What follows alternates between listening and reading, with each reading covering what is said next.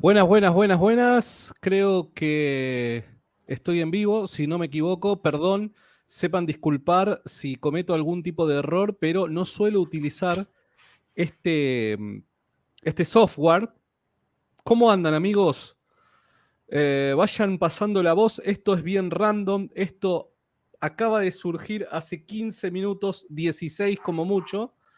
y, y no me dio tiempo de avisarle a nadie. Así que nada, acá estamos. ¿Cómo andan? Dios les rebendiga, genios, cracks, titanes, grosos. ¿De dónde son? Cuéntenme de dónde vienen, hacia dónde van. ¿Cómo andan ese? Dios te bendiga. ¿Cómo estás, Johnny? ¿Cómo estás, Juan? Dios te bendiga. ¿Cómo estás? ¿Qué se cuentan? Vale, Dios te bendiga. Ahí se van sumando. Vamos, muchachos, que les tengo una sorpresa. ¿Eh? Les tengo una sorpresa. ¿Cómo andan, queridos amigos? Hola, Santi, dice Marce. ¿Cómo andas, Marce? ¿Todo bien? Gaby, ¿qué haces? Genio, titán. Bueno, el día de hoy vamos a retomar una actividad que habíamos arrancado hace algunas semanas, si yo no me equivoco, estoy medio perdido en el tiempo, y es la lectura de los padres apostólicos. A mí me ha hecho muy bien y por eso la comparto con ustedes. Recuerden, aquí mi interés no es venir y sentarme en la poltrona diciendo, oigan, óiganme porque les voy a enseñar algo que todavía no les ha sido revelado, algo por el estilo, bajo ningún punto de vista, sino que mi intención aquí es simplemente ofrecer este espacio como un medio para que juntos podamos emprender este viaje en la lectura y conocimiento de los cristianos más antiguos, de los primeros cristianos. Así que el día de hoy no voy a estar solo. El día de hoy hay eco, dicen. Hay eco, ¿de verdad hay eco? A ver, para. No, no hay eco, no hay eco, no hay eco, no hay eco. Estoy bien. Bueno, el día de hoy no estoy solo, muchachos, estoy con un genio, un titán, un grosso, un tipo que la tiene clara, un tipo que cuando lo vean, más allá de que se le está cayendo el pelo, es un grosso, un titán, un genio, mi amigo Leonardo Abdala. ¿Cómo anda, mi buen amigo Leo? ¿Cómo estás, Santi? ¿Cómo te va? Gracias por la invitación. Dios te No, bendiga. mirá, los dos estamos sufriendo. Yo te soy honesto, la caída del pelo la estoy sufriendo mucho, pero es como que me está agarrando acá los dos frentes. La calvicie es tipo una especie de estratega, en mi caso, porque me está rodeando la manzana, ¿me entendés? No me atacó de frente, me está rodeando la manzana. No sé vos cómo lo estás tratando a eso. ¿Te Mira, golpea emocionalmente o no? si te sirve de ánimo, te llevo más o menos unos 10 años de ventaja. Soy 10 años mayor que vos, más o menos. ¿Pero cuántos Te años doy tenés unos vos? 10 años ¿32, para que te 33? adaptes. ¿Ah? 32, 33 años tenés vos. ¿Cuántos tenés? 46. No, pero aparentás mucho menos. Estás Sí. hecho un pibe. Si los dos estuviéramos caminando y le dijéramos a alguien. De acá para abajo aparento menos. De acá para arriba no. Bueno, Leo, gracias por aceptar. Mira, yo les soy sincero. A la gente que está conectada, yo les voy a contar cómo fue todo esto. Estaba acá sentado. Hace un ratito llegamos con mi esposa de comprar algunas cosas de la calle. Estaba acá sentado y digo, voy a arrancar el stream. Hace tiempo que tengo olvidado el tema de la lectura de los padres apostólicos.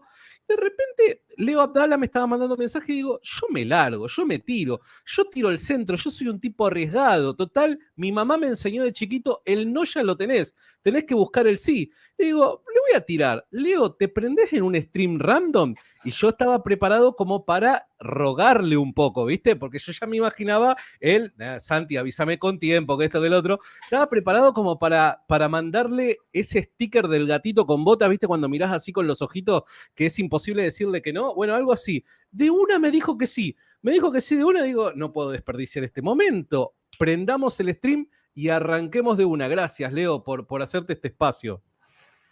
No, por favor, un placer. Siempre que pueda, dispuesto a colaborar. Bueno, Leo, a ver, vos llevas adelante, para que la gente que no te conoce, vos llevas adelante el canal El Depósito de la Fe. Contanos un poquito brevemente qué tipo de trabajo haces en el canal. Para la gente que no te conoce, dice, che, ¿qué onda este Leo? Me gusta lo que dice, ¿dónde lo puedo encontrar? ¿Dónde puedo hallar más material de él? Contanos un poquito qué es lo que haces. Bueno, al igual que vos, yo procedo del protestantismo, fui predicador protestante durante unos 20 años, más o menos. Casi todo mi tiempo como protestante estuve ocupado detrás del púlpito. y llegué incluso a ser profesor en seminarios bíblicos, en 3 seminarios bíblicos distintos. Entonces, en mi interés por profundizar en ciertas doctrinas y ciertas dudas que se me generaban en el estudio de las doctrinas bautistas, porque en ese entonces era bautista, comienzo a estudiar la Reforma, el tema de los eventos futuros, y empiezo a zambullirme en el mundo de la Reforma protestante y veo ciertas diferencias y empiezo a descubrir que ellos empiezan a utilizar a la patrística para defender ciertos aspectos en donde los primeros reformadores diferíamos de los protestantes contemporáneos, bautistas, pentecostales, los mal llamados evangélicos. Entonces, para profundizar en esas diferencias es que me zambullo en el mundo de los padres de la iglesia y empiezo a descubrir que los padres de la iglesia no tenían nuestra doctrina ni como bautista, ni como pentecostal, ni testigo de Jehová, ni mormón, ni adventista, ni luterano, ni presbiteriano, nada que ver. Vos me estás diciendo que si hoy tuviéramos un DeLorean, lo aceleráramos a 88 millas por hora y nos remontáramos a la iglesia primitiva, vos me decís que las iglesias con las que nos encontraríamos no serían, no sé, de corte pentecostal, no sé, de repente danzando un remolineando o cosas por el estilo. Vos decís de que no tiene nada parecido. Igual quiero avisar algo. Esto es algo random, en otro momento vamos a tenerlo, vamos a tener una entrevista directamente a Leonardo Abdala con temas ya más específicos y demás, pero está bueno esto que está contando, por eso es que le pregunto. Vos entonces decís que si nos remontáramos al pasado, no nos encontraríamos con estos cortes denominacionales en la iglesia primitiva. No, nos encontraríamos con personas que bajo diferentes nombres, amparándose como iglesia, pero bajo diferentes nombres, tenían una teología muchísimo más cercana a la católica, pero por abismal diferencia que a cualquier denominación protestante. Entonces yo me doy cuenta de eso y comienzo mi proceso de dirigirme hacia la iglesia católica, un proceso que duró más o menos unos 4 años de estudio, 2 de ellos indagando en la teología reformada y los últimos 2 y medio, indagando más bien por medio de los padres de la iglesia en la teología de la iglesia católica. Entonces, una vez que soy recibido a la iglesia católica, con toda mi familia, comienzo a crear un canal para subir lo que se conoce como la catena áurea, que es el comentario versículo por versículo que hacían los padres de la iglesia sobre los 4 evangelios. Eso tuvo muy buena aceptación, se veían bastante los videos, empecé a subir audiolibros de los padres de la iglesia, los mismos que yo había leído.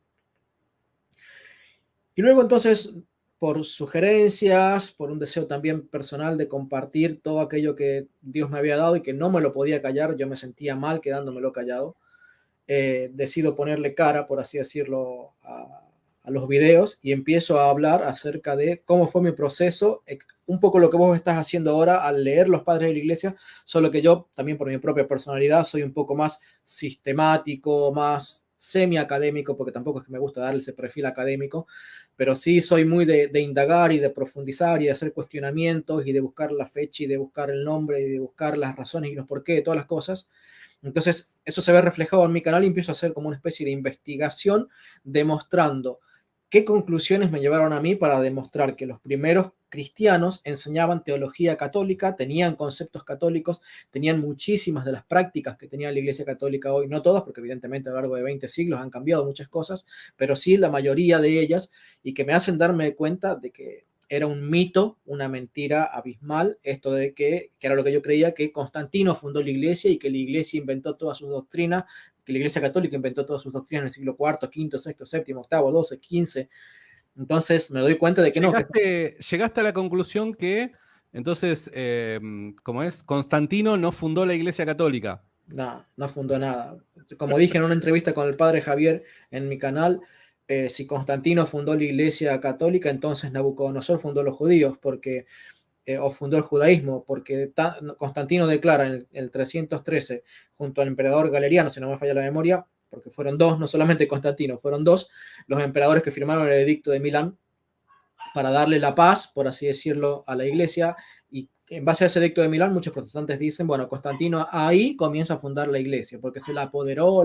Entonces, digamos también que Nabucodonosor es el fundador del judaísmo, porque Nabucodonosor, y eso lo tenemos en la Biblia, hizo exactamente lo mismo cuando vio que los 3 amigos de Daniel no eran quemados y que veía uno como hijo del hombre en medio de ellos y que ninguno de ellos salió con un pelo quemado. Entonces, él dio un edicto donde estableció que no solamente que nadie más persiguiera a Israel, sino que además todos debían adorar al Dios de Daniel.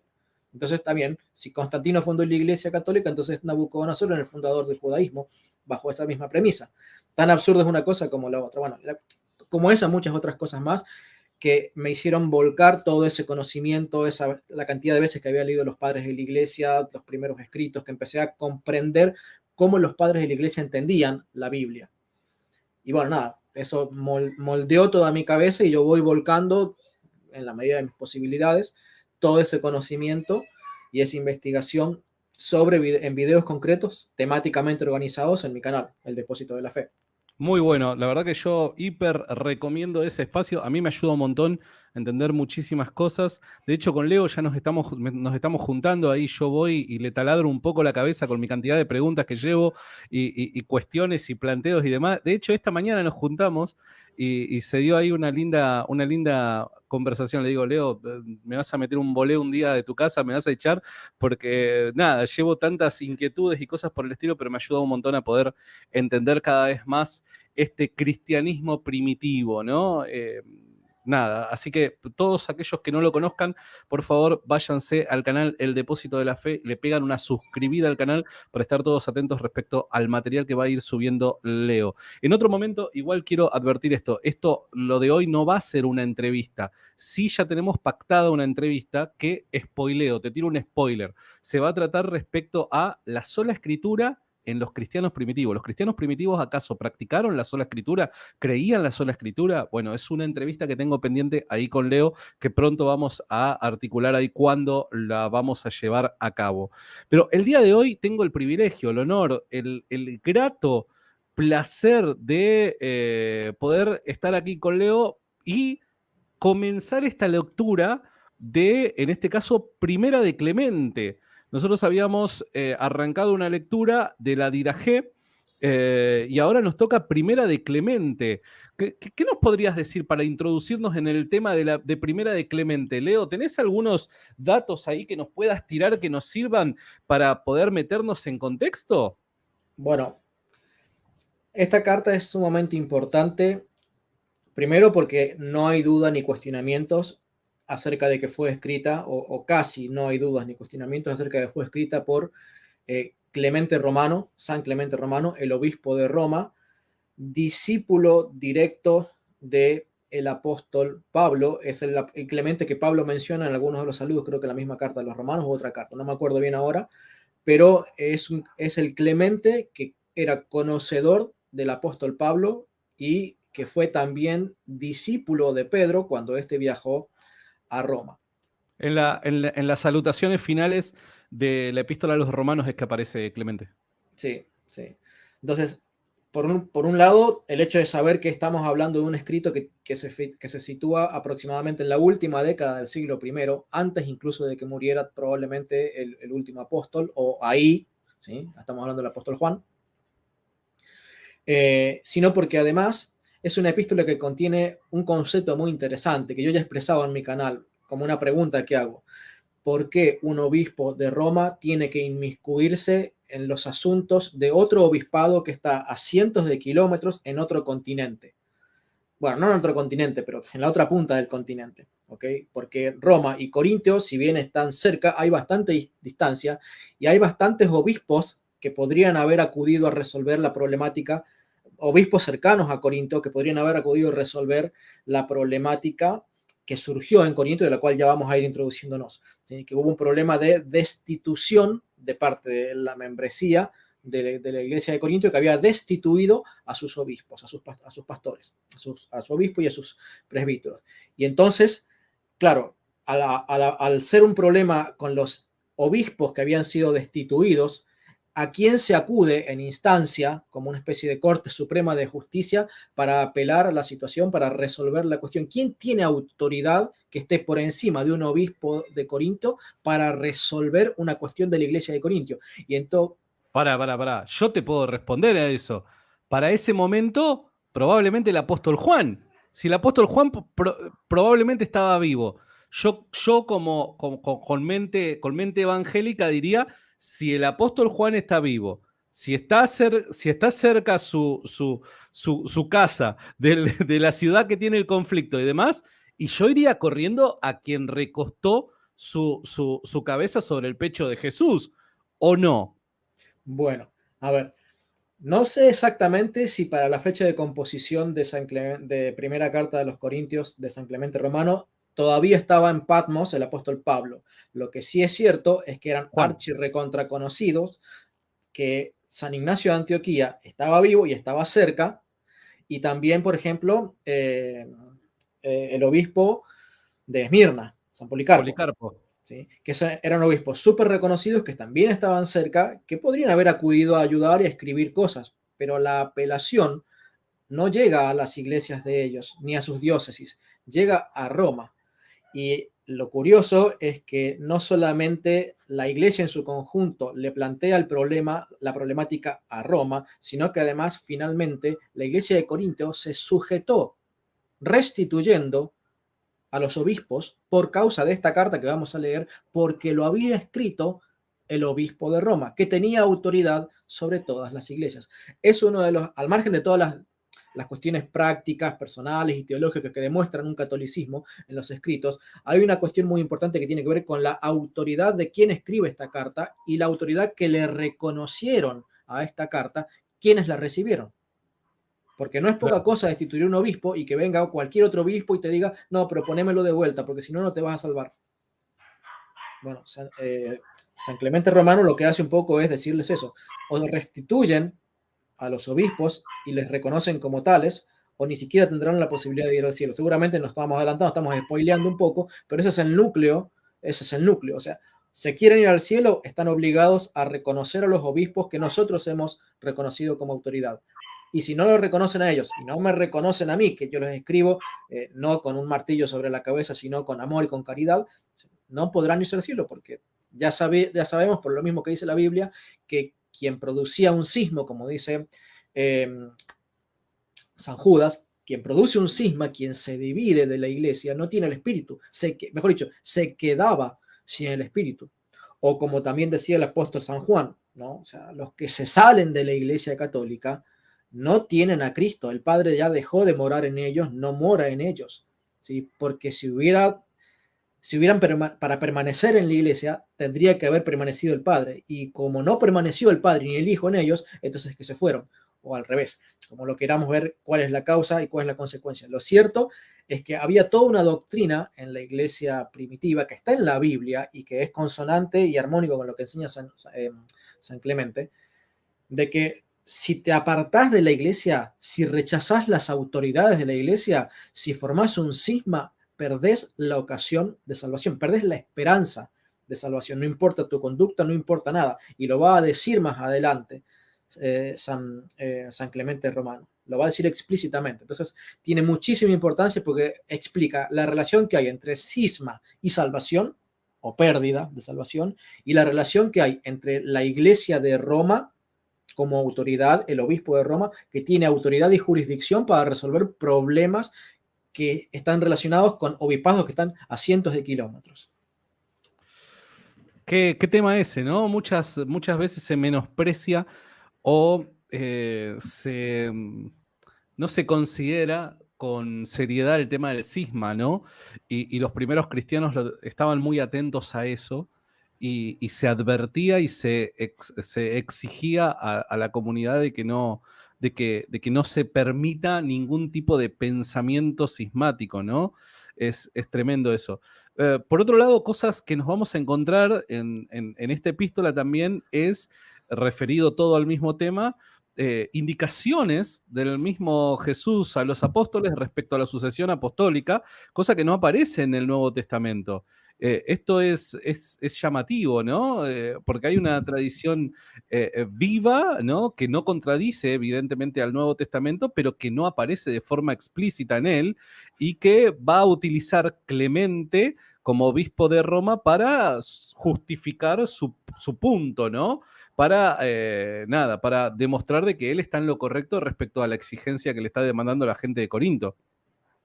Así es, así es. Eh, ¿Qué te parece si arrancamos? ¿Arrancamos? Ok, ¿estás usando la versión de Daniel Ruiz Bueno? Es la que tengo abierta yo acá. No, no estoy usando la versión de. Estoy usando la versión de Santiago Alarcón. No, mentira. No, no sé cuál estoy. No, es la misma de siempre, la que te dije el otro día. La de Editorial CLI estoy utilizando. Ah, es una versión protestante. Es una versión protestante, así es una versión protestante. ¿Hay algún tipo de, en esta carta particularmente, hay algún tipo de problema con respecto a eso? Mira, no las he comparado. Lo que te puedo asegurar es que en otros casos y en otras ocasiones sí he encontrado diferencias significativas en la traducción y el sesgo que tienen. ¿Sí?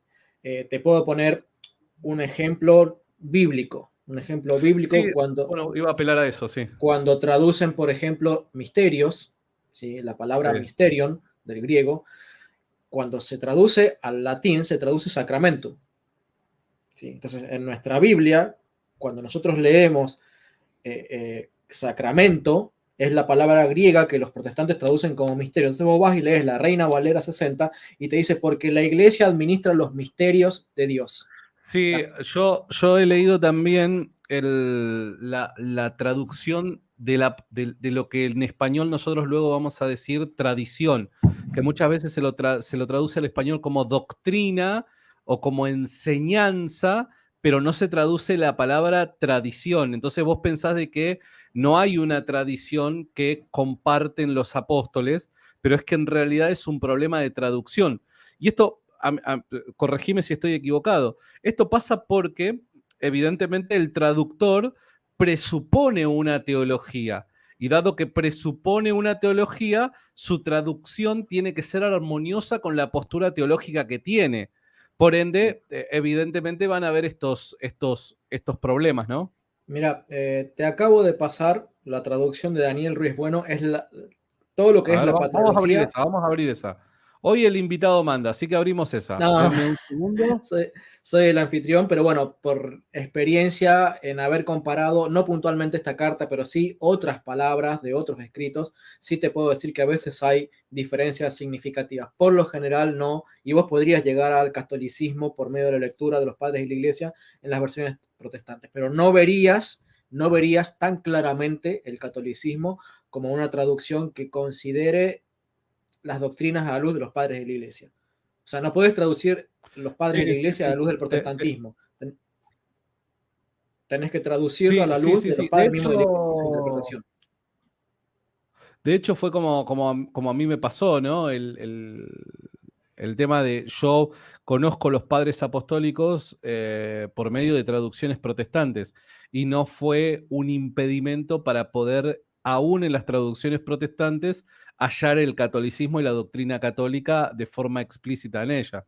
Pero hay que ser cuidadosos porque José Paciencia, por ejemplo, tiene el testimonio de una persona, un video reciente, no sé si tendrá un par de meses, 2 o 3 meses, como mucho, de un pastor o estudiante de pastor que se convirtió leyendo los padres de la iglesia de las versiones protestantes y él descubrió que, por ejemplo, en el relato de San Justino Mártir, cuando describe la Eucaristía, que le faltaba un párrafo enorme, que era el más católico de todos los párrafos, cuando habla específicamente de que la sangre y el cuerpo en la Eucaristía se transforman perdón, el vino y el pan se transforman en la sangre y el cuerpo de Cristo. Y todo ese párrafo faltaba en el escrito o en el documento que había leído este pastor.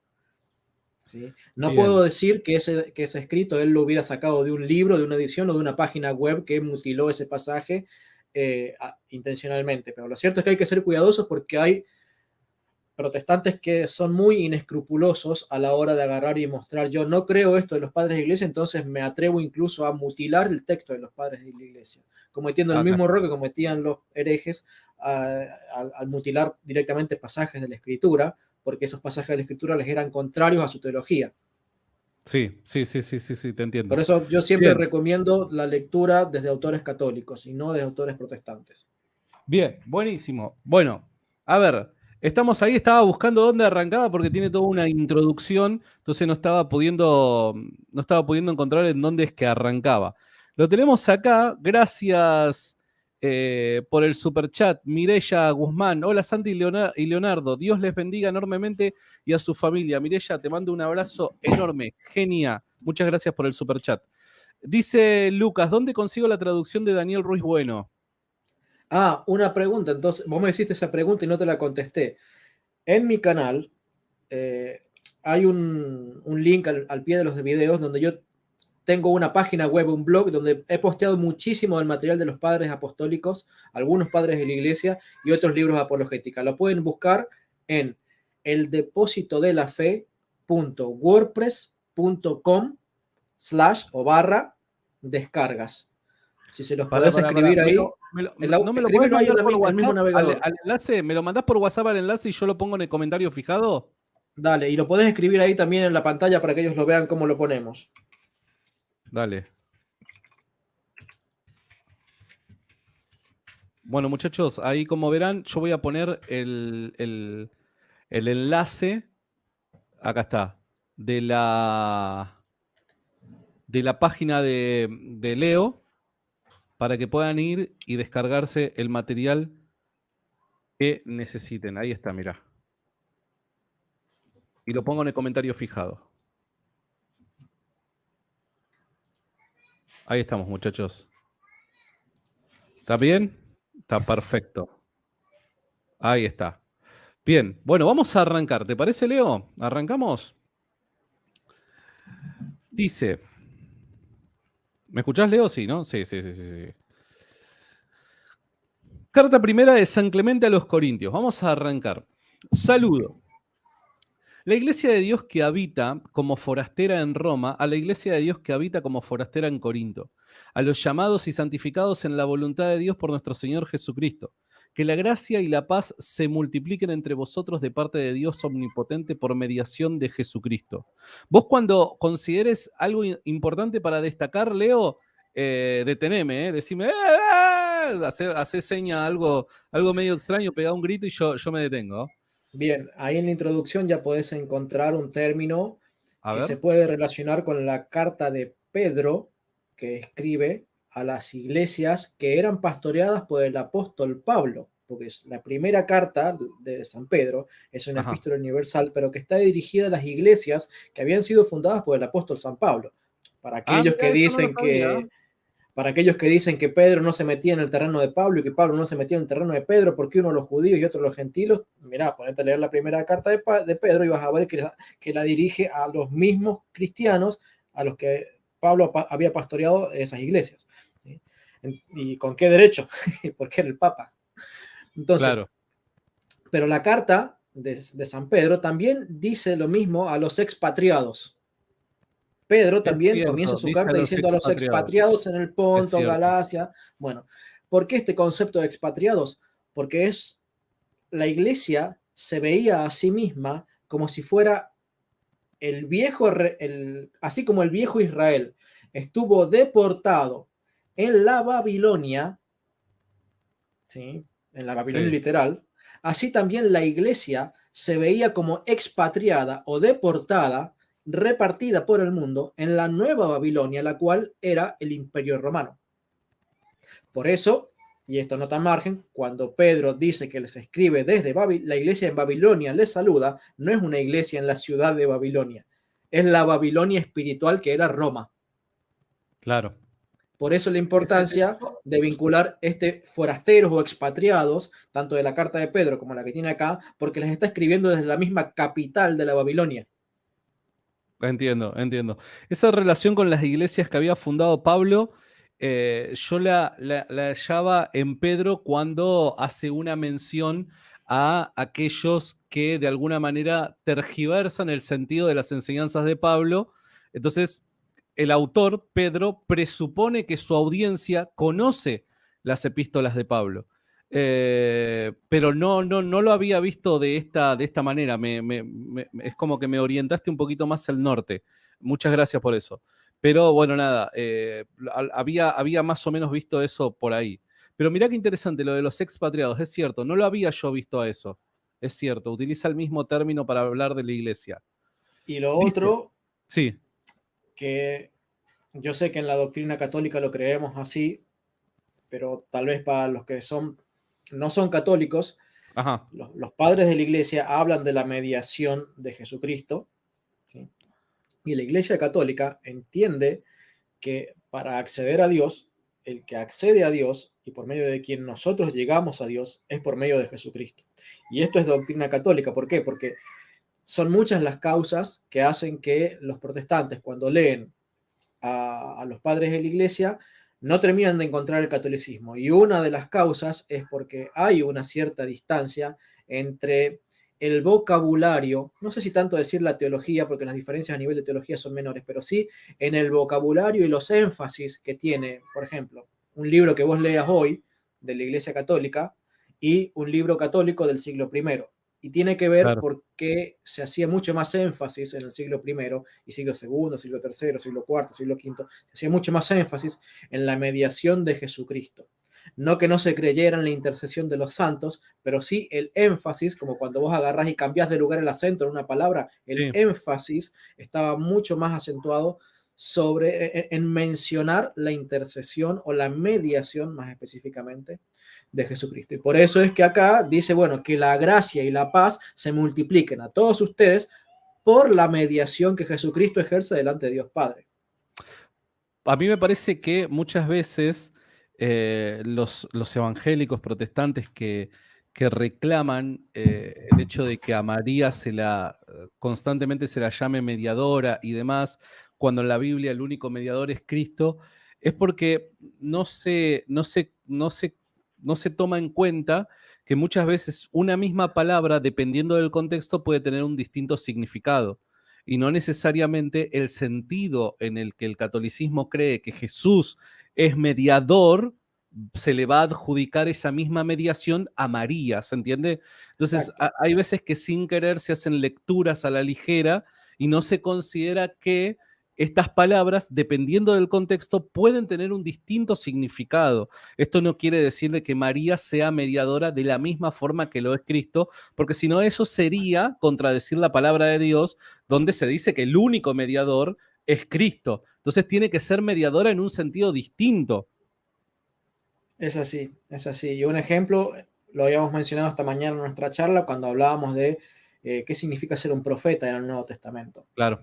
¿Sí? Sí, sí, sí. Que típicamente se tiende a insinuar o a unir el término a aquel que recibe una revelación de parte del cielo y la transmite, mientras que el concepto de profeta, si bien incluía eso, en muchas ocasiones era aquel que hablaba de parte de Dios, pero no necesariamente una revelación específica, sino que hablaba o transmitía algo que estaba en el depósito de la fe, que había sido originalmente dado por Dios a los apóstoles y que yo estaba simplemente repitiéndolo por la cadena de la sucesión apostólica.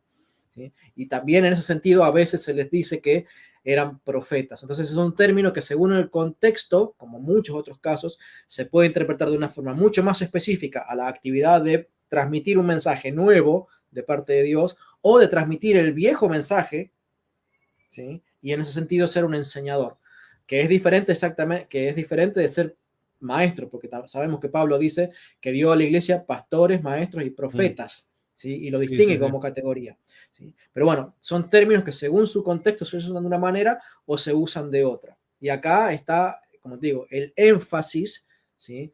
En la predominancia, en el lugar de predilección o supremo, como supremo mediador, el lugar que ocupa Cristo. Pero, por ejemplo, encontramos en el Antiguo Testamento que los santos se presentaban delante de Dios y tenemos un ejemplo en el mismo Nuevo Testamento. Moisés se presentaba Eso mismo, delante de Moisés Dios, te iba a decir. aunque en este caso no para alabar al pueblo judío, sino para condenarlo por su incredulidad. Pero, Totalmente, y está en un totalmente. escrito reconocido por los protestantes. ¿sí? Sí, Pero sí, sí. vamos a un escrito no reconocido por los protestantes y encontramos en los Macabeos al profeta Jeremías, que dice que hace exactamente lo mismo. Este es el profeta Jeremías que se presenta delante de Dios y que está constantemente orando por el pueblo de Israel. Entonces tenemos casos de santos que se presentan delante de Dios para interceder, tanto hablando a bien o mal de aquel que está para defender o para acusar, ¿sí?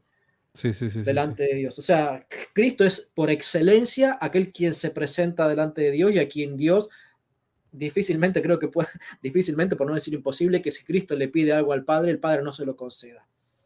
Sí. Acá hay un comentario de Ludmila que dice, yo te banco, Santi, pero por favor infórmate más sobre el catolicismo. Calculo que ese comentario viene respecto a lo que yo decía sobre mediadora, porque ella me recalca, intercesora. Está bien, pero muchas veces se le llama también mediadora. Eso es un hecho, es un hecho. El Se tema la es el, llama mediadora de todas las gracias. el tema es el significado de la palabra. El tema es el significado de la palabra, que evidentemente no es el mismo al que en la Biblia se le atribuye a Cristo. Por otro lado, también Leo, vale la pena señalar que tanto el idioma hebreo como el griego, en el momento en el que se escribe el Nuevo Testamento, contaba con muy poquitas palabras. Entonces, si la exégesis que nosotros hacemos eh, simplemente se limita a la etimología, por así llamarlo, el estudio propio del significado de la palabra, el estudio de la palabra o del término, eh, vamos a quedar muy carentes de significado, dado que el significado, el significado de una palabra depende necesariamente del contexto en el que se usa determinada palabra. Corregime si estoy equivocado, Leo. No, no estás equivocado. Eso se llama filiología, que no es lo mismo que etimología. ¿Sí? La etimología es el origen de la palabra, pero la filiología tiene que ver con el uso que se le ha ido dando Mm, a una palabra a lo largo de los tiempos, incluyendo también las regiones, ¿sí? Geográficas. O sea, no, no solamente la fecha, sino la región, porque las palabras se usan de distinta manera según, o sea, y podríamos encontrar muchas palabras por ejemplo, nosotros acá en Argentina no voy a decir la palabra, pero hay palabras que acá significan malas palabras y que en España la misma palabra claro. significa como divertirse. Sí, sí, Y sí. es la misma palabra, pero significa dos cosas distintas. En un caso es una mala palabra y en otro caso es una simple diversión. Entonces, la filiología de las palabras es muy importante y definitivamente en algunos versículos hace la diferencia de su interpretación. En particular, volviendo a este tema de María, que no queremos meternos porque no es que esté hablando del pasaje de María, Claro. la mediación de Jesucristo es la mediación suprema, máxima.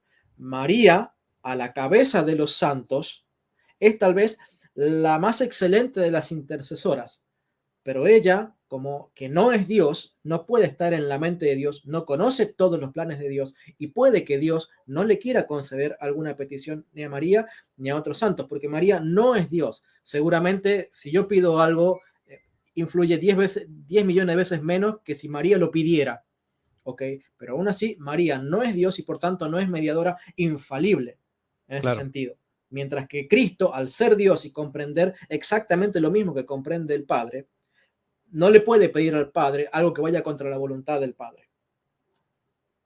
Exacto, exacto. Dice acá un comentario.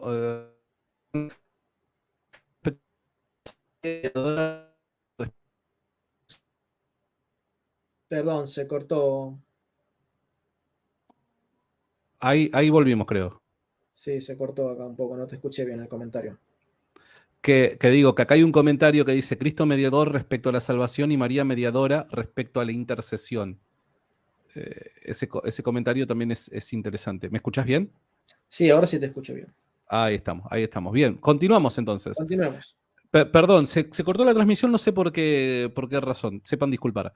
Bueno, seguimos, dice.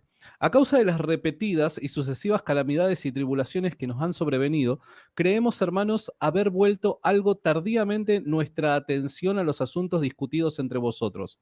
Nos referimos, carísimos, a la sedición extraña, perdón, y ajena a los elegidos de Dios, abominable y sacrílega que unos cuantos sujetos, gentes arrojadas y arrogantes, han encendido hasta punto tal de insensatez que vuestro nombre venerable y celebradísimo y digno del amor de todos los hombres ha venido a ser gravemente ultrajado.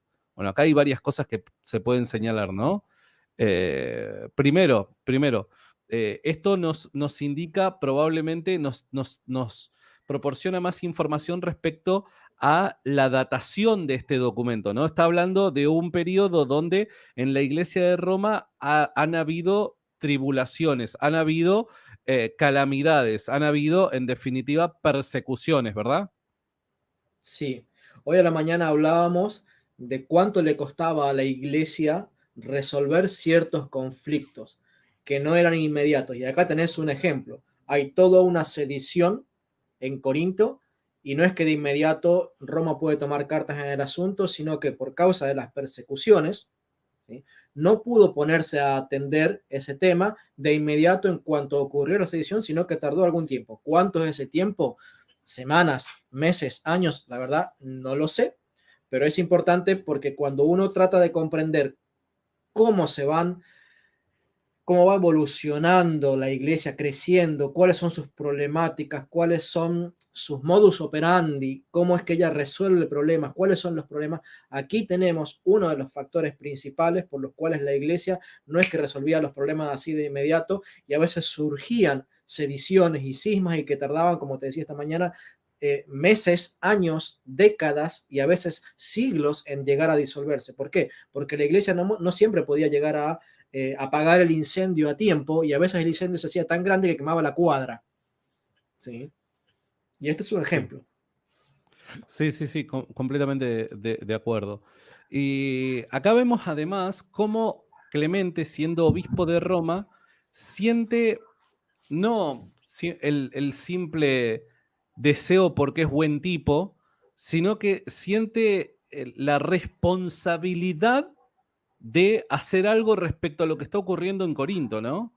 Y esto es algo llamativo, porque él es como que de forma implícita a través de sus palabras, nos muestra que él asume el compromiso de hacer algo respecto a lo que está ocurriendo en la comunidad de Corinto. Esto indica que él creía algo acerca de sí mismo o del lugar que ocupa que lo vincula de tal forma que tiene la obligación, podríamos decir, de hacer algo respecto a lo que está ocurriendo. Exactamente. Y por eso es que él no comienza tratando de explicar por qué tiene que él inmiscuirse en los Claro, asuntos de Corintios, sino que comienza pidiendo perdón por haber llegado tarde a resolver el problema. O sea, ya presupone el hecho de que los corintios saben que él iba a tomar cartas en el asunto, pero pide perdón por la tardanza, como si ya hubiera habido un pacto implícito que él claro. debía hacer eso, pero no pudo por causa de las persecuciones. Claro, él no pide perdón por meterse en lo que nadie lo llamó. Él pide perdón por no haberse metido más rápidamente en el asunto. Y esto es algo que debe llamarnos la atención, ¿no? Seguimos. Porque ¿quién que una vez hubiera pasado entre vosotros no aprobó vuestra fe, tan adornada de toda virtud como firme? ¿Quién no admiró vuestra piedad en Cristo, tan sensata y templada? ¿Quién no pregonó la magnífica costumbre de vuestra hospitalidad? ¿Quién no os felicitó de vuestra ciencia cabal y segura?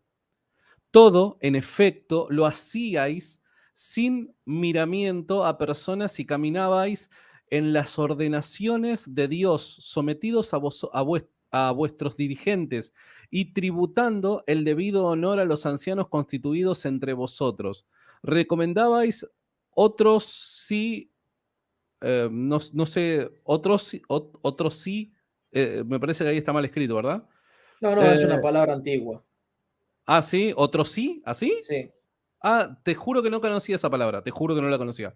A vuestros jóvenes, sentimientos de moderación y reverencia, y mandabais a vuestras mujeres que cumplieran todos sus deberes en conciencia intachable, reverente y pura, amando del modo debido a sus maridos y las enseñabais a trabajar religiosamente, fieles a la regla de la sumisión en todo lo atañente a su casa, guardando toda templanza. Acá es interesante, ¿no? Cómo ya, bueno, todos coinciden, los padres apostólicos coinciden respecto a el someterse a las autoridades, ¿no? Algo que también el Nuevo Testamento va a hacer hincapié, pero no va a ser tanto hincapié como lo van a hacer luego los padres apostólicos, ¿no? El someterse a las autoridades, dirías Ignacio de Antioquía, ¿no? Estar sujetos a los obispos, no hacer nada sin el obispo, ¿no? Parece que la iglesia no podía llegar, o cualquier miembro de la iglesia no podía ser simplemente un llanero solitario con buenas intenciones y con ganas de servirle al Señor. No, tenés ganas de servirle al Señor y hacer algo para Dios, siempre esté el obispo de alguna manera sabiendo y aprobando lo que vos vas a hacer. Si yo no me equivoco, ¿hago una errónea lectura? No, no, es así. Y de hecho, con el transcurrir de los siglos, y mientras más nos alejábamos de la época apostólica, más furiosas y más ingeniosas eran las artimañas de quien quería rebelarse contra las autoridades de la iglesia, de manera tal que empezó a sistematizarse, por así decirlo, o a formalizarse cada vez de una manera más clara toda una disciplina eclesiástica que empezaba a regular qué se podía hacer y qué no se podía hacer. Ya he enseñado en varios videos en mi canal que la iglesia en muchas ocasiones era reactiva, es decir, reaccionaba al problema y en base a cómo debía solucionarse ese problema. Y si ese problema era puntual o se estaba extendiendo por la iglesia, resolvía el problema puntualmente o tomaba medidas, ¿sí?, para tratar de prevenir el problema para futuros casos. Y así es como en un principio, cuando surgía alguna sedición de este tipo, como la que ocurrió, eh, por ejemplo, en la misma Corintio, cuando los corintios empezaron a dividirse entre ellos, vino el apóstol Pablo, carta, y se resolvió el problema, ¿sí? Y tenemos testimonio en la segunda carta de Corintio de que ese problema efectivamente se resolvió y volvieron a desaparecieron las divisiones, pero eran los apóstoles. Ahora, cuando empiezan a morir los apóstoles y de repente empiezan a aparecer los sucesores apostólicos, los que no querían sujetarse y nunca quisieron ni a los apóstoles ni a los sucesores, pero los que estando ya muertos los apóstoles no querían sujetarse a los sucesores apostólicos, aprovechaban esa ocasión de transición o de debilidad o hasta que alcanzaban nuevo reconocimiento los nuevos sucesores para tratar de hacer lo que ocurrió en definitiva aquí en Corinto, ¿no? Por eso la iglesia empezó a tomar medidas para desarrollar lo que hoy conocemos como derecho canónico, ¿sí? Pero eso fue originándose paulatinamente y a medida que iban surgiendo problemas y la iglesia iba tomando medidas para decir, para esta situación, la iglesia y los obispos deben reaccionar de esta manera. Y ya estaba establecido, ¿sí? Sí, sí, sí, sí, sí, sí. Todos sepan disculpar que se me hace difícil este español antiguo leerlo. Yo no soy muy amante ni siquiera de la Reina Valera 1960, que era lo más parecido que puede llegar a tener en el español. Se me hace medio difícil poder leerlo. Así que si cometo ahí algún error, sepan disculparme. Todos, perdón, erais otrosi. No sé, tengo que saber el significado de esa palabra. Humildes, sin arrogancia de ninguna clase, amigos antes de obedecer que demandar, más prestos y alegres en dar que recibir, contentos y atentos al viático que Cristo os da para el viaje de la vida. Sus palabras las teníais cuidadosamente grabadas en vuestros pechos y metidas en vuestras entrañas, y sus padecimientos estaban ante vuestros ojos. ¿Ante vuestros ojos decía o le metí? Sí, bien. De esta manera os fue Andy, con... Sí, perdón. hay algo sumamente importante acá en A el ver, pasaje que leíste. ¿qué El hay? viático que Cristo os da, porque esa es una referencia a la Eucaristía.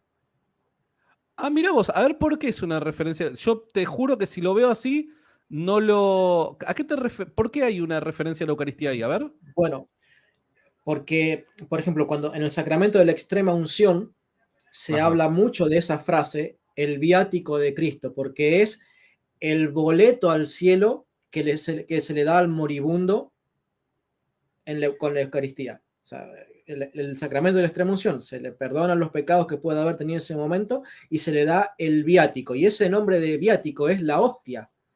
Se le da la Eucaristía para que tenga en sí mismo el cuerpo de Cristo, tal como lo enseñó Jesucristo en Juan capítulo 6. El que come mi cuerpo y bebe mi sangre, tiene vida eterna, yo le resucitaré en el día postrero. Y eso de el viático de Cristo, quien quiera que pueda buscar en una concordancia, no en una concordancia, o sea, que pueda buscar en internet qué significa el viático de Cristo, se va a encontrar que está relacionado más recientemente a la terminología propia del sacramento de la extrema unción, pero acá, de un término general, a lo que es la Eucaristía en general, no solamente la Eucaristía cuando te la dan cuando estás a punto de morir, sino la Eucaristía como el pasaporte a la vida eterna, que te transporta a la vida eterna cuando estás obviamente en la gracia de Dios, porque te transporta al inframundo de la condenación si estás en pecado mortal y participas del cuerpo de Cristo, como dice el apóstol San Pablo en 1 Corintios 10 y 11. Pero es Entiendo. importante porque acá habla de el viático que Cristo os da para el viaje de la vida, nuestro viaje hacia la vida eterna. Sin esto que me estás diciendo, yo lo hubiera entendido como el sostén que Dios te da para este peregrinaje en esta vida. ¿Se entiende? Porque justo antes dice, bueno, más prestos y alegres en dar que en recibir, contentos y atentos. Entonces, como que lo relacionaba con eso. Pero este concepto del viático de Cristo lo tengo que buscar porque honestamente no sabía que hacía una referencia a la Eucaristía. Bueno, es como la palabra Eucaristía misma. O sea, la palabra Eucaristía se llama, es acción de gracia. Eso es un concepto genérico. Yo te doy gracias porque me pasaste el PDF, te doy gracias porque me diste una ofrenda, te doy gracias porque me saludaste para mi cumpleaños. Eso significa Eucaristía. Ahora, hay una utilización específica de la palabra Eucaristía que tiene que ver con el concepto de lo que es la misa. El concepto viático es un concepto genérico, ¿sí? Pero en particular tiene un uso específico dentro de la iglesia primitiva que tiene, y actualmente también la iglesia católica de hoy, que tiene que ver con la Eucaristía, ¿sí? Y particularmente de una forma muy específica con el sacramento de la extrema unción. Mira vos, mira vos. Alfred dice, con lo que te donó, Mirella merece un bailecito de Santiago. No, pero gracias a Mirella de verdad por la donación que nos acaba de enviar. Muchísimas gracias de corazón. Acabas de hacer una acción de gracias y no en el contexto de misa. Y ya ves cómo usas la palabra y el lector o el oyente entiende en qué caso lo usas en el contexto de acción de gracias porque te dieron una ofrenda y en qué caso lo usas como acción de gracias en el contexto de la consagración del pan y del vino para transformarlo en el cuerpo y sangre de Cristo. Acá pasa lo mismo. A los ojos de los lectores de los corintios, viático que Cristo os da para el viaje de la vida Claro, es la hostia. claro. Sí, entiendo, El entiendo, entiendo. lector lo entendía así. Perfecto, perfecto, perfecto. Seguimos. Dice, de esta manera os fue concedida a todos paz profunda y radiante, junto con insaciable deseo de bien obrar, y sobre todos vino efusión plena del Espíritu Santo. ¿A qué acá qué se refiere con efusión plena del Espíritu Santo? La plenitud, la llenura. Ok, ok. Y así llenos de voluntad santa en prontitud de ánimo para el bien, levantabais con piadosa confianza vuestras manos a Dios, omnipotente, suplicándole os fuera propicio si en algo involuntariamente habíais pecado. Te hago una pregunta. ¿Esto tiene algún tipo de relación con la confesión de pecados? ¿Por qué te digo? Porque viste que, por lo menos en el rito oriental se llama, ¿no? En algunas iglesias ortodoxas, la confesión es algo público que se lleva a cabo en la reunión donde está, en la que participan todos juntos. ¿Tiene algo que ver esto con ese tipo de confesión? Mira, el hecho de que mencione levantar las manos con piadosa confianza me hace pensar que tal vez no se está refiriendo exclusivamente o principalmente al sacramento de la confesión. Es cierto que en la iglesia primitiva, y me refiero en los primeros siglos sobre todo, la confesión de pecados se debía hacer en la iglesia en público y luego de ese acto el sacerdote daba la absolución. Les guste o no les guste al público que no es católico o ortodoxo, pero es la realidad. Hay muchísimos testimonios de que la confesión se hacía en público y que luego de la confesión pública se daba la absolución. Pero el hecho de que aquí esté hablando de levantar las manos con piadosa confianza vuestras manos al Dios omnipotente y que lo esté hablando en plural como un acto de devoción eh, pública, me hace más pensar que está hablando de lo que a nosotros hacemos como católicos en la misa, en donde grupalmente decimos Kyrie eleison, Señor, ten piedad de nosotros, y lo decimos todos de forma grupal. Es probablemente que por las costumbres y su fuerte influencia del judaísmo, que oraban con las manos en alto, que Claro, ese acto durante la misa se dijera con las manos en alto. En ese sentido, por ahí claro. no podemos acusar al protestante pentecostal de orar con las manos levantadas, porque eso era una práctica de la iglesia primitiva. De hecho, está en la Biblia, Pablo habla de que dice, quiero que todo hombre levante las manos, ¿no? Sí, Entonces, me parece que es más la oración donde al Señor se le pide perdón, se le suplica perdón, pero no de una forma individual delante de la iglesia, sino de la iglesia en su conjunto en claro, el acto mismo de la Eucaristía, claro, dentro entiendo. como parte de la liturgia de la Eucaristía. Día y noche traíais entablada contienda en favor, sí, bien digo, en favor de la universidad de vuestros hermanos, a fin de conservar íntegro por medio de la compasión y la conciencia el número de los elegidos. Erais sinceros y sencillos, y no sabíais de rencor los unos con los otros. Toda sedición y toda escisión era para vosotros cosa abominable. Os dolíais de los pecados de los demás y juzgabais sus faltas como propias. Jamás os arrepentisteis de Perdón, desear el José, bien. perdón. ¿Perdón? Pensé que ibas a parar. ¿Te diste cuenta de lo que dice el versículo 4? En favor de la universidad de vuestros hermanos. ¿Qué universidad? El catolicismo estás hablando, ¿no? De la catolicidad. La catolicidad, la unión de la Claro. iglesia. Sí, Allí, sí me di cuenta, pero lo pasé de largo porque no, bueno, no sé, seguí de largo, sí, pero sí, allí está hablando de la unidad, porque justamente el problema de esta, que aborda esta carta es el cisma. Entonces claro. dice, ustedes estaban preocupados, ¿sí? Y dice, día y noche tratáis entablada contienda, o sea, se preocupan, se desviven, luchan y pelean en favor de la catolicidad, ¿sí? De vuestros hermanos, por la unidad de la iglesia. Y aquí San Clemente está reconociendo que la iglesia es católica, Claro. que su alma, su corazón, su característica distintiva es ser católica. Y no nos olvidemos de esto, Santiago, que muchas veces cuando los protestantes, yo tengo en mi video, en mi canal, una serie de videos que hablan de el rastreo histórico de la palabra católico o Ah, católica eso te iba a decir. en mi canal, ¿no? No sé si tengo particularmente esta referencia, creo que no, pero es interesante, porque los protestantes en general dicen que no, que cuando San Ignacio de Antioquía en el 107 le llama católica a la iglesia, lo hace como adjetivo y no como nombre propio. Pero, excuse me, ¿acaso los nombres propios en la Biblia no surgen de sus adjetivos personales? Qué buen ¿Acaso punto. Jacob no fue llamado Jacob como un adjetivo? ¿Acaso a Abraham no se le cambió el nombre porque él iba a ser el padre de multitudes? ¿Acaso a Pedro no se le cambió el nombre por esa misma razón? Qué ¿Acaso a buen los hijos punto. del trueno no se les llama de esa manera por sobrenombre, si se quiere? Por causa de sus adjetivos. Es que la relación adjetivo y nombre propio es absolutamente indisoluble en la escritura.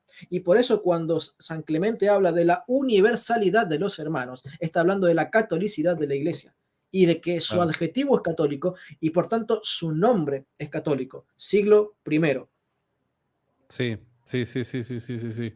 Sí, qué buen punto. Eso nunca. De hecho, ahora te lo iba a señalar porque digo, bueno, pero ¿qué significado tiene la palabra católico? Y acabas de dar una brillante respuesta sin yo habértela pedido. Nunca lo había pensado así, nunca lo había pensado así. ¿Por dónde íbamos? Por En el el 5 7. estabas terminando.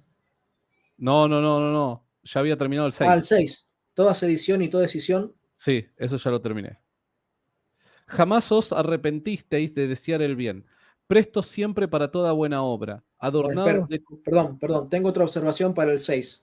A ver, dale. Esto lo estoy convirtiendo en el estilo de mis videos, que son tal vez Tranqui, muy tranqui, tranqui, puntillosos. tranqui. Todos acá lo estamos disfrutando. Digan en los comentarios si lo están pasando bien y lo están disfrutando o no. Si no, bloqueo los comentarios. No, mentira, mentira. Un abrazo para toda la gente que está conectada. Aprovecho de decir, 350 personas en línea en un stream random es un buen número, pero solo tenemos 230 likes. ¿Por qué? Pongan pulgar para arriba, no les cobramos nada. Sí, Leo, decime, perdón. Cuando dice juzgabais las faltas ajenas como faltas propias, eso tiene relación. Fíjese que no se lo está pidiendo, lo hacían y San Clemente se lo está reconociendo. ¿Y qué hacían los corintios? ¿Qué haces vos cuando cometés una falta propia? Tenés que hacer Pido, dos cosas. pido perdón y trato de retribuir. Restituir, exactamente. Y cuando vos juzgás que la falta de otra es como si fuera la tuya propia, ¿qué haces? Pedís perdón por la falta del otro y restituís vos Claro, por el otro. Eso es sí. doctrina católica, pero absoluta y exclusivamente católica, y también calculo que de la Iglesia Ortodoxa. Buen punto. Muy No buen existe punto. ese concepto de yo hago restitución y pido perdón y ofrezco sacrificios o hago votos por causa del pecado del otro. Cuando quemaron, por ejemplo, la iglesia de Notre Dame, ¿sí? Sí. Que la quemaron, no fue un incendio, la quemaron, fue premeditado. ¿Sí? Cuando que, ¿Por qué todas las iglesias del mundo empezaron a hablar de hagamos misas en restitución? Porque la falta de aquellas personas, que no yo creo que hayan sido hermanos de ninguna forma, ¿sí? La falta que cometieron aquellas personas, la asumimos como propia e hicimos misas en favor de ellos. Y la Aun iglesia hace cuando, lo mismo. perdón la interrupción, aun cuando estas personas que hicieron eso pueden no ser cristianas. Pueden no ser cristianas o pueden no estar vivas. Concepto del purgatorio. Ok, Yo asumo la responsabilidad de hacer restitución por el pecado que cometió otro.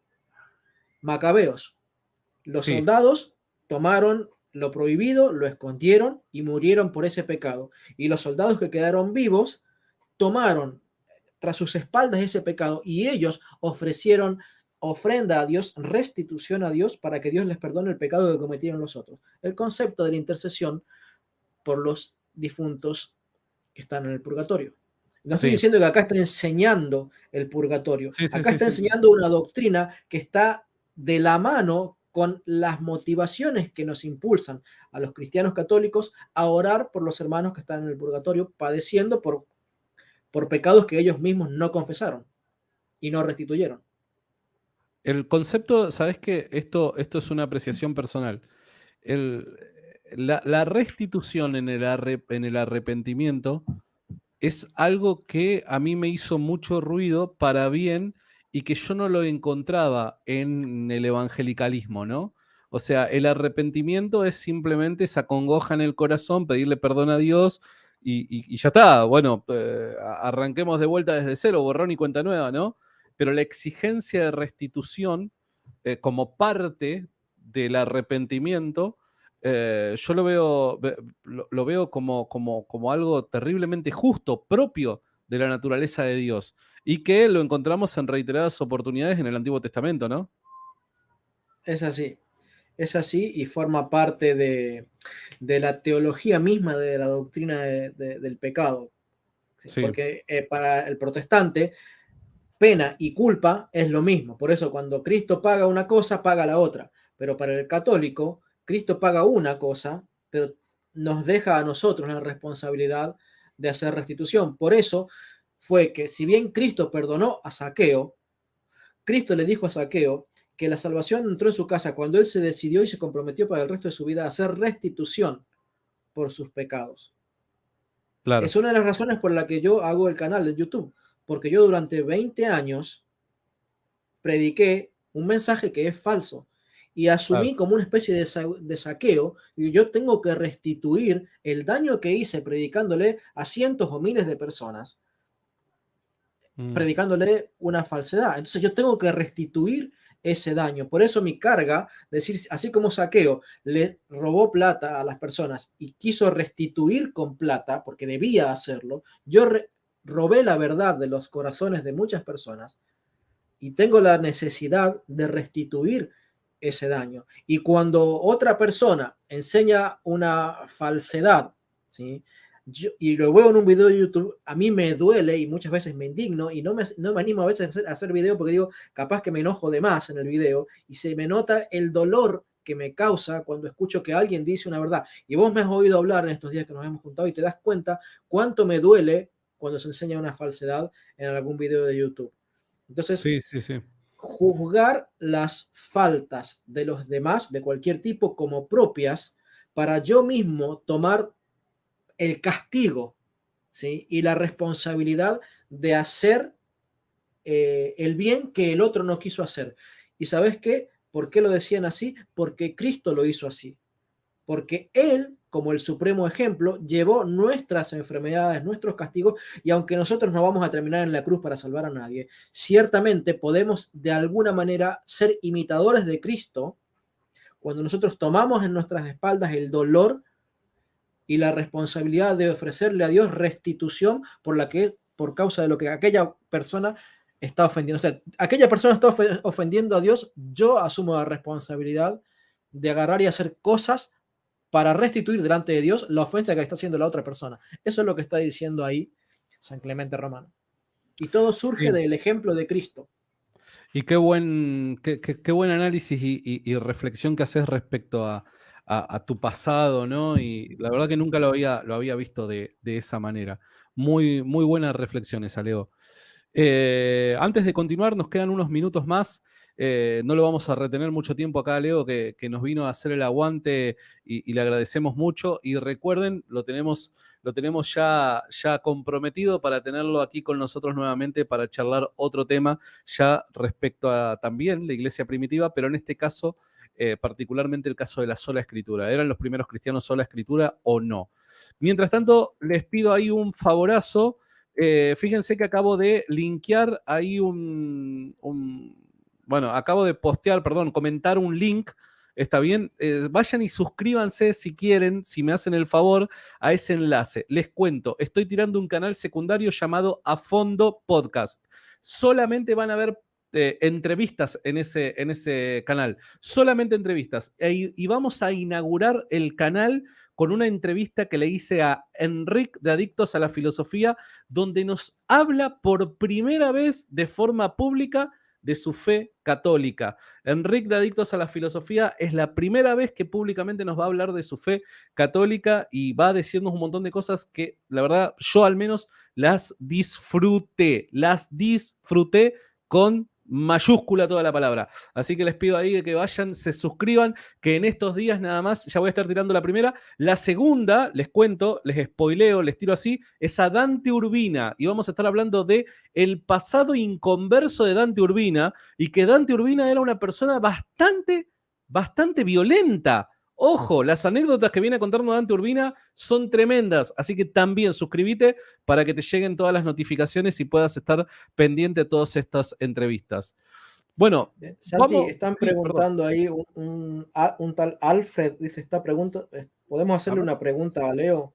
No sé si tenés sección Sí, de sí, preguntas. yo quería terminar con este último versículo, que ya empieza la otra parte, podríamos decir, ¿no?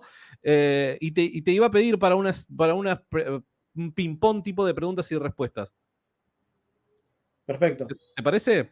Sí, sí, sí. Bien. Entonces, el 8.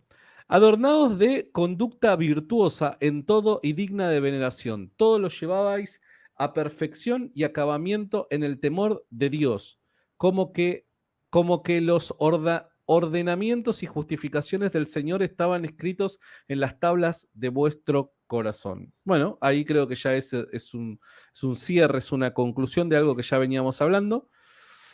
A ver, vamos a abrir, si te parece entonces, un pequeño ping-pong de preguntas y respuestas, ¿te parece? Tampoco, muchachos, Perfecto. a ver, no sean tampoco, no lo queremos retener acá, Leo, no le queremos traer problemas en su casa, después no quiero que cuando su esposa me vea ahí que estoy golpeando la puerta me diga, no, vos no entrás más acá porque me robás a mi marido, les suplico, por favor.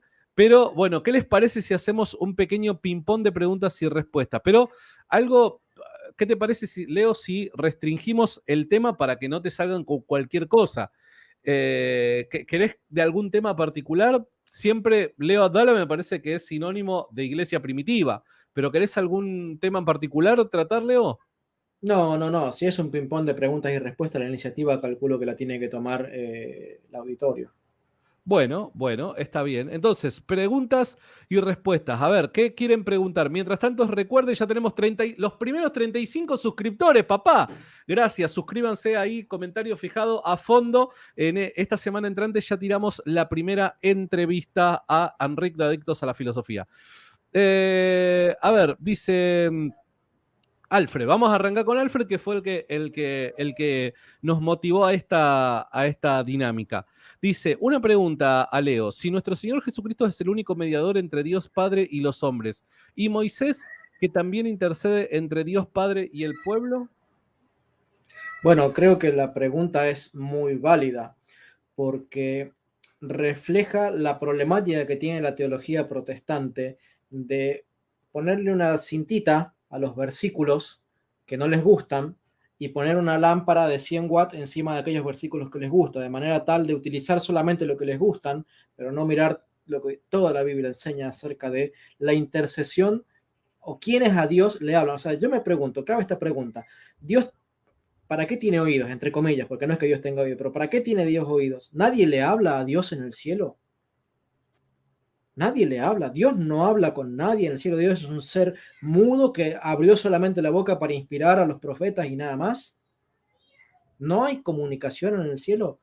El hecho de que nosotros hablemos y nos comuniquemos unos con otros no es por una gracia de Dios que nos ha concedido no ladrar, ni maullar, ni hacer ruido, sino un poquitito de esa grandiosa capacidad que debe tener Dios, infinita capacidad comunicacional que tiene Dios, y nos la ha concedido a nosotros de forma limitada, dándonos boca y oído y cerebro para interpretar. Ahora me pregunto, si Dios, que nos ha hecho a su imagen, nos ha dado la capacidad de hablar y oír, ¿no la tiene Él en el cielo? ¿Somos nosotros los únicos seres que le ha dado la capacidad de hablar, oír? ¿No está la Biblia acaso plagada de ejemplos de diálogos entre Dios y los ángeles con Dios, de hombres con Dios en el cielo? ¿Acaso no dice, por ejemplo, Dios, y no me acuerdo del pasaje, ¿no? Me acuerdo más o menos lo que dice, que si se presentaran Job y Daniel a interceder por el pueblo delante de mí, yo no los oiría, sino que igualmente castigaría al pueblo. Perdón, ¿no es Dios el que está diciendo de que los santos se le presentan delante de él para hablarle? Aunque dice, es tan grave el pecado de mi pueblo que yo ni siquiera escucharía a los más santos de los santos. ¿Se entiende? Sí, sí, sí, sí. El libro de los Macabeos vuelve a decir lo mismo. Está Jeremías, en la visión que reciben los judíos, está Jeremías y el sumo sacerdote Onías. Y ambos, dice la Biblia que tenemos los católicos, que se presentaban delante de Dios para orar a Dios delante del pueblo. ¿Acaso no dijo el mismo Señor Jesucristo que no debíamos tocar a los pequeñitos de Cristo? Porque os digo que sus ángeles se presentan delante del Padre día y noche. Es decir, los ángeles llevan las noticias, aunque Dios sabe todo, pero los ángeles son escogidos como aquellos ministros de Dios que Dios les ha encomendado la tarea de transmitirle a Dios las noticias de lo que ocurre aquí en la tierra respecto de los santos. De ahí también, por extensión, el concepto del ángel de la guarda, etc. Pero no está confesando Cristo que los ángeles le hablan a Dios acerca de lo que le pasa a los creyentes. ¿Acaso, como dijimos antes, no confesó Cristo con su propia boca que Moisés se estaba presentando delante de Dios para interceder, pero esta vez en contra del pueblo de Israel? ¿Acaso no dice la Biblia que Satanás se presenta delante de Dios para calumniar a los creyentes? ¿Acaso no nos muestra el libro de Apocalipsis, ¿sí?, a los ángeles ofreciendo por medio del incienso, que dice que son las oraciones de los santos? ¿No son los ángeles los que les presentan las oraciones de los santos en el libro de Apocalipsis? ¿Por qué entonces pensar que la Biblia, mostrándonos todo un abanico de personas que se presentan delante de Dios para hablarle, para bien o para mal, pero para hablarle de las realidades que ocurren aquí en la tierra. ¿Por qué pensamos que Jesucristo es la única persona o el único ser, ¿sí?, que se presenta delante de Dios? Y ahí radica el problema de la teología protestante, que cuando piensa que Jesucristo dice es el único mediador entre Dios y los hombres, piensa que es la única persona que se puede presentar delante de Dios.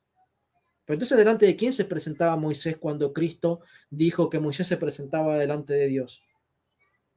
¿Por qué el libro de Apocalipsis dice que los ángeles se presentan delante de Dios? Es decir, o hay una inconsistencia en la Biblia, o realmente lo que la Biblia nos está diciendo es que Cristo es el supremo mediador, el más perfecto, el más excelente, y el que en definitiva es el que por su obra sacrificial en la cruz de Cristo tiene el derecho y la potestad para que todo pase y transcurra a través de él, como cuando dijo, hasta el día de hoy ustedes no han orado al Padre en mi nombre, pero a partir de ahora, y del mandamiento, oren en mi nombre y yo se los concederé, porque todas las gracias y toda oración y toda concesión e intercesión ahora pasa por medio de Jesucristo.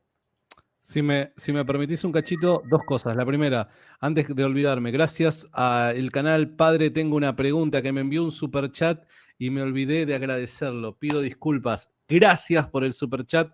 Les envío un saludo tanto a usted como a todos los que nos apoyan de una u otra manera. Dice Alfred, pero mi pregunta es que ¿por qué los santos interceden entre Dios Hijo y los hombres y no entre Dios Padre y los hombres? Y mi pregunta es como católico, no como protestante. Por la misma razón que dije recién.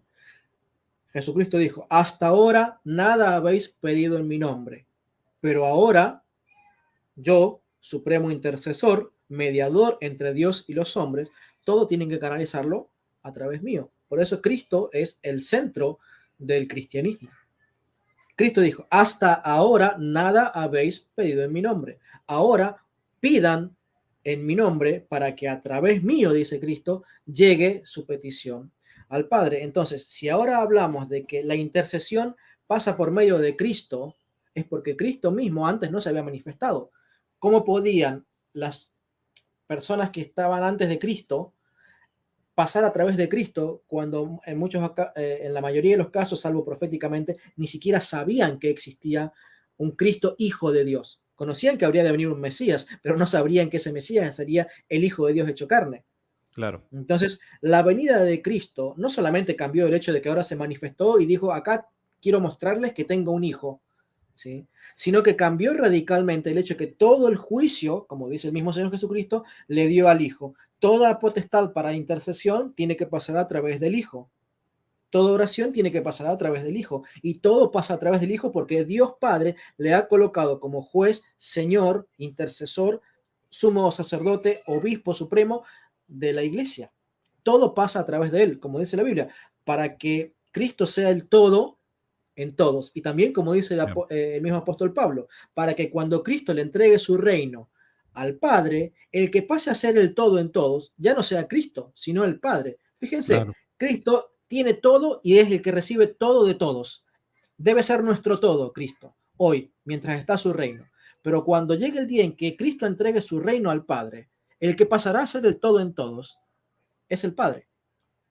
Entonces, hoy que estamos en la época de Cristo, Cristo es el centro de todos. Y antes no lo fue porque no le conocíamos. Pero ahora que le conocemos y que se reveló y se manifestó, sí es el todo en todos, o debe serlo, ¿sí? Y llegará el día en que Cristo mismo se sujetará al Padre y dirá, ahora quiero que el todo en todos sea el Padre.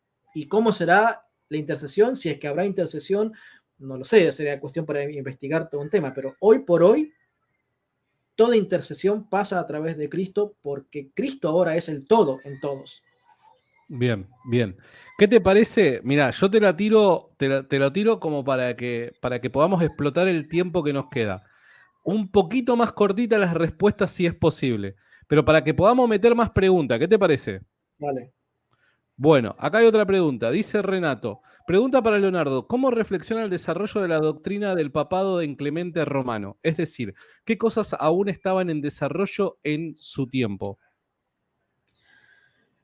Bueno, esta mañana estábamos hablando de eso, ¿no? La dificultad que tenía la iglesia para resolver los problemas rápido.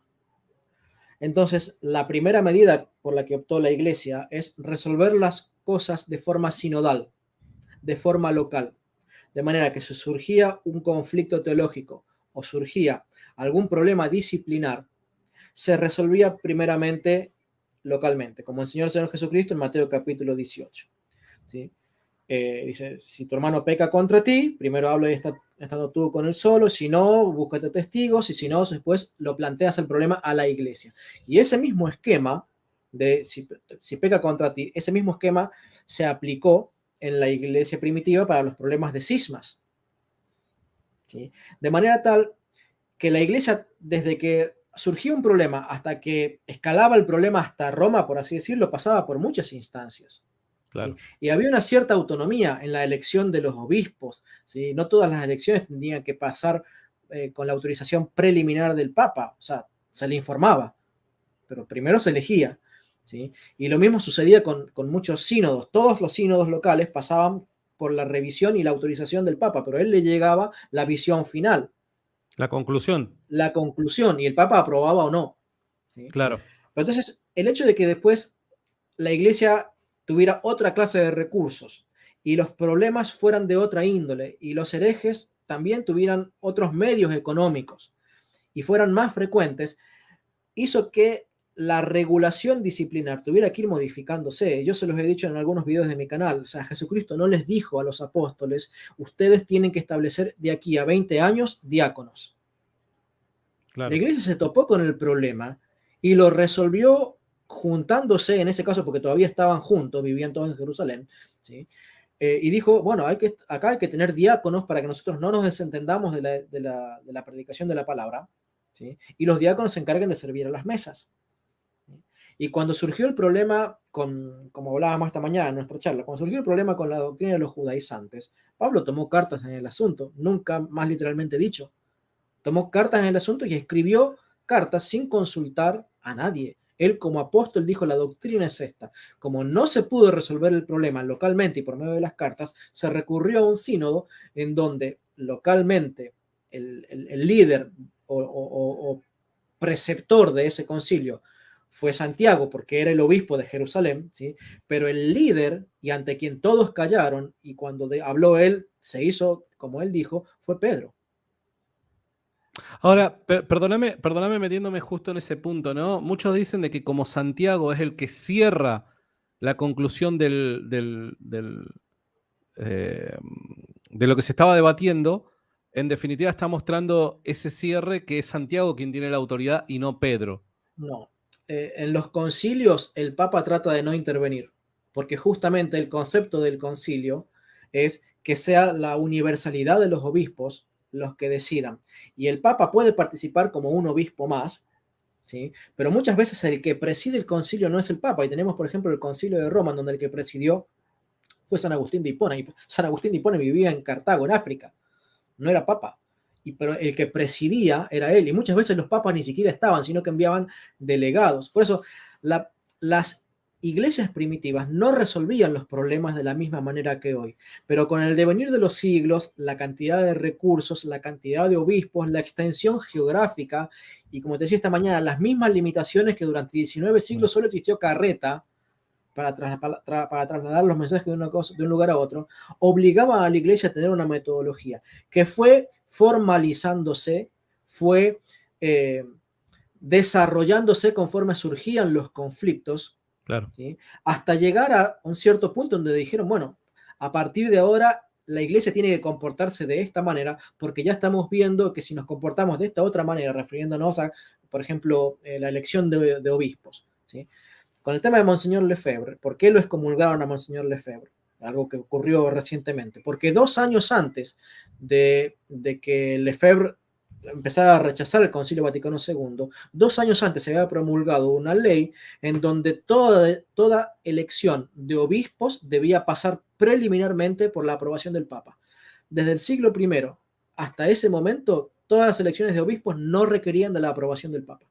Ahí tenés un ejemplo concreto de cómo el derecho canónico fue cambiando en función de las necesidades del momento. Y como eso, muchas otras cosas. Entonces, el problema que tiene el protestante es que la iglesia primitiva tenía mucha sinodalidad, mucha libertad para obrar localmente sin requerir la preaprobación del Papa. Entonces, no pueden ver el papado que ven hoy, en donde tiene mucha más autoridad, porque hoy por WhatsApp te comunicas con el Papa. No yo, no vos, obviamente, ¿sí? Pero un obispo por WhatsApp se comunica con el Papa, por así decirlo, y le dice, mira, tenemos un problema en tal lugar.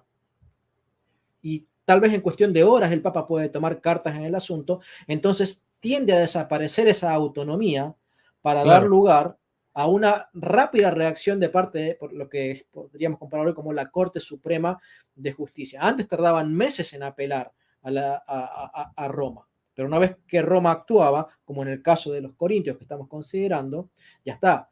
Roma locuta, causa finita. Si Roma lo dice, se cerró el tema.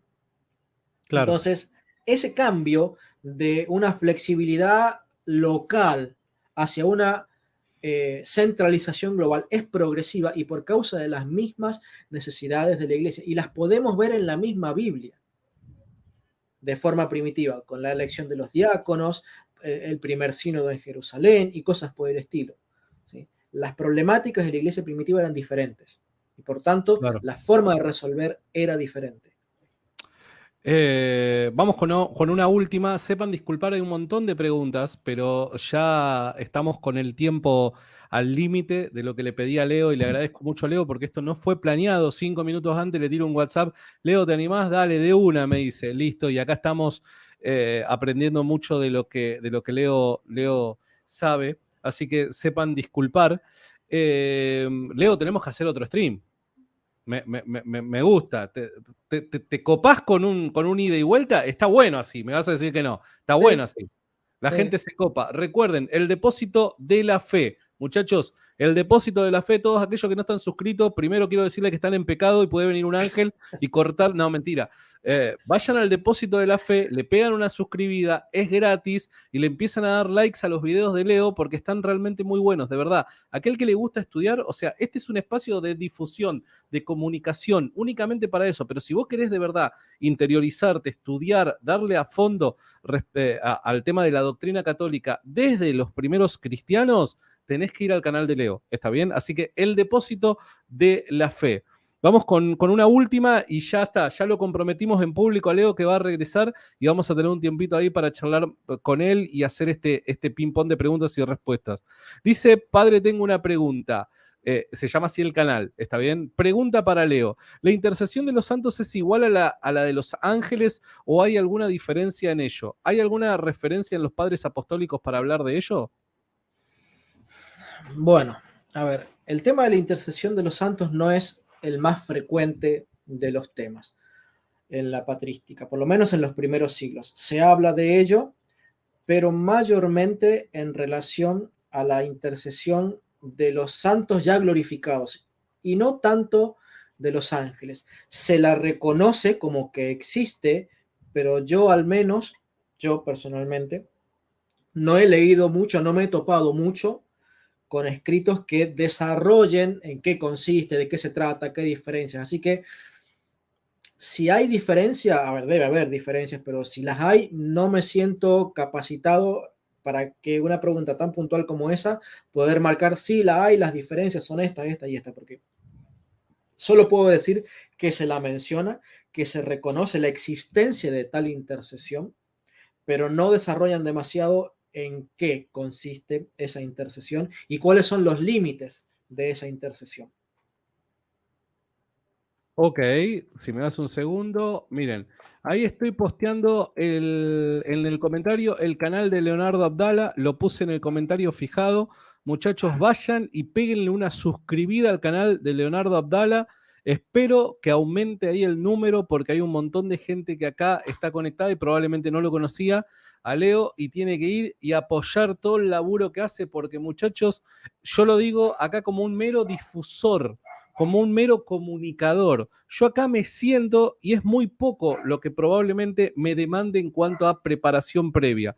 Pero el laburo que hace Leo realmente le demanda muchísimo trabajo previo, horas de estudio y demás. Y es por eso que quizás no tiene tanto material de forma tan recurrente como sí podemos hacer acá, porque este es un espacio de difusión, para compartir básicamente en qué creen los cristianos, ¿se entiende? Pero el canal de Leo es mucho más profundo, por eso es que necesitamos brindarle más apoyo para que pueda seguir llevando adelante esta tarea. Así que los que no están suscritos, por favor vayan y le pegan una buena suscribida a su canal. Leo, no te quiero retener más tiempo acá, pero la verdad yo lo he disfrutado mucho y soy muy agradecido con vos por habernos permitido este tiempo. Espero que lo podamos hacer más a menudo. Ok, estoy de acuerdo, me gusta la idea. ¿Te gusta la idea, no? Hacemos una buena dupla. Yo ¿sabés lo que soy yo? Ustedes, a mí me pasa con José Plasencia, ustedes son los Messi y yo soy el tipo que te tira paredes. Vos vos no sos muy futbolero. No, Pero viste no. el tipo que te está ahí paradito simplemente para tirarte una pared para que vos armes la jugada. Bueno, yo soy ese. Yo soy un buen tirador de paredes, podríamos decir. Así que nada, yo la paso muy bien con vos, Leo. Aprendo un montón, de verdad, fuera de broma. Le trato de meter una pizca de humor y de dinámica a todo esto, pero la verdad es que de vos es de quien aprendemos, así que te agradezco muchísimo por este tiempo que te has tomado, amigo. No, por favor, un placer y gracias por la ocasión y por la oportunidad de difundir el trabajo que yo hago. Amigo, te mando un abrazo enorme a vos y a toda tu familia, ¿dale? Gracias. Igualmente, saludos a toda la audiencia y que Dios les bendiga. Y un abrazo enorme para todos los que están del otro lado. Gracias. Este fue Rincón Apologético en una stream medio random. Queda grabado, así que si no lo viste y te lo perdiste, nada, lo podés volver a ver. Y si pensás de que estuvo bueno, compartíselo a tu tía, a tu abuela, a esa vecina que probablemente hace años no le hablás, mandale en el grupo de WhatsApp a esas mamás que probablemente están bombardeándote el mensaje, decirle, mirate este video que seguramente vas a ser edificada. Dios te bendiga, nos vemos y será hasta la próxima. Chau, chau.